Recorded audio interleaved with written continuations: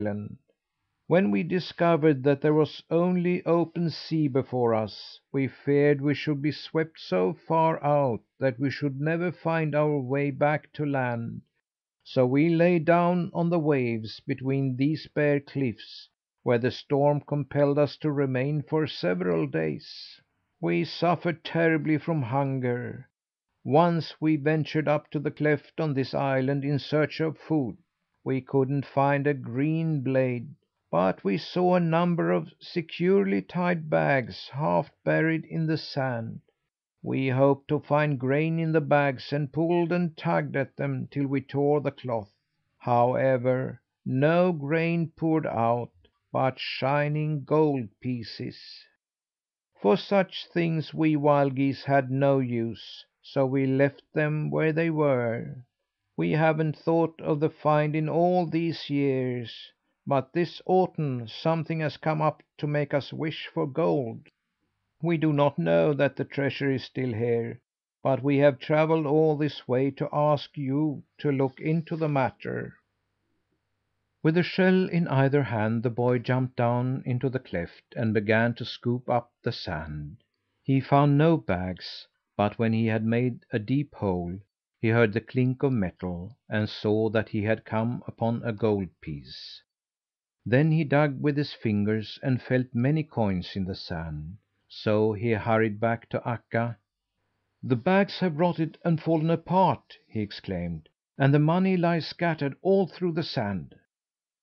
"That's well," said Akka. "Now fill in the hole and smooth it over so no one will notice the sand has been disturbed."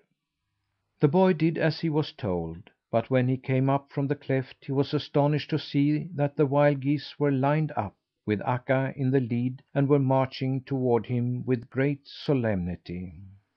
The geese paused in front of him, and all bowed their heads many times, looking so grave that he had to doff his cap and make an obeisance to them.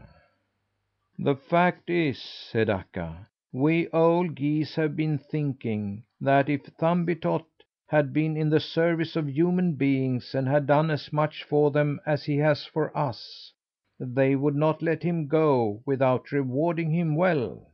"I haven't helped you. It is you who have taken good care of me," returned the boy.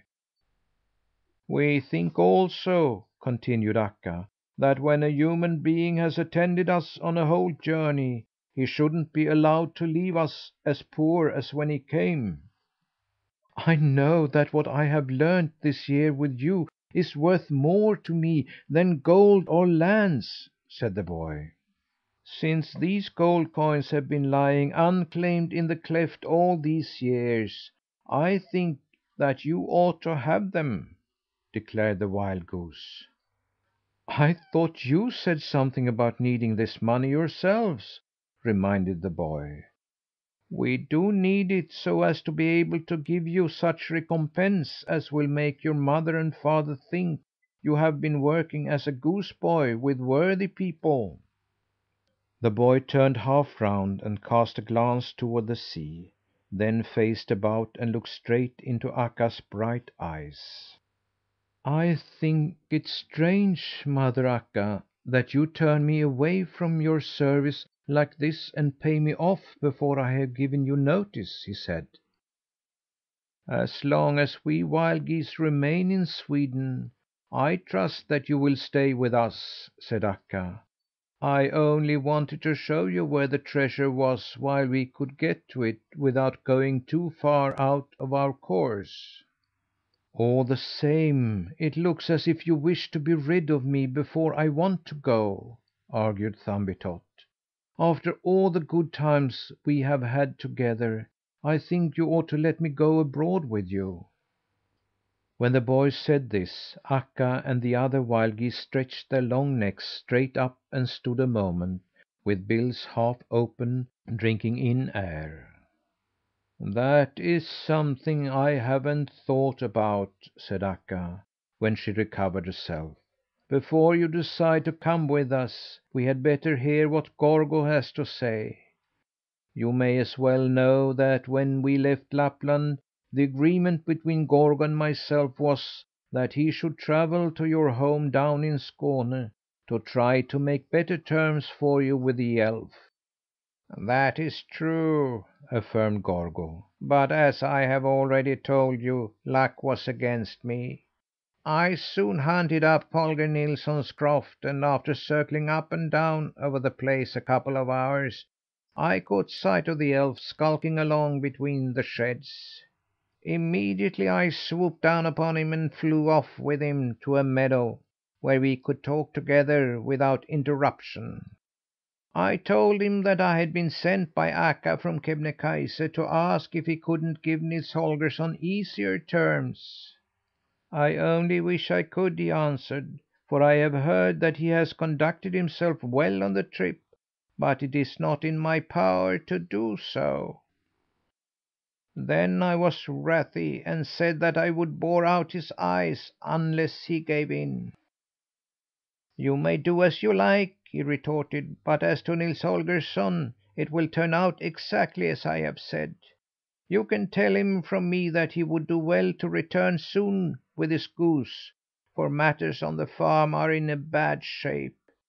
His father has had to forfeit a bond for his brother, whom he trusted. He has bought a horse with borrowed money, and the beast went lame the first time he drove it. Since then it has been of no earthly use to him. Tell Nils Holgersson that his parents have had to sell 2 of the cows, and that they must give up the croft unless they receive help from somewhere." When the boy heard this, he frowned and clenched his fists so hard that the nails dug into his flesh. "It is cruel of the elf to make the conditions so hard for me that I can not go home and relieve my parents. But he shan't turn me into a traitor to a friend. My father and mother are square and upright folk. I know they would rather forfeit my help than have me come back to them with a guilty conscience." End of The Treasure on the Island, read by Lars Rolander.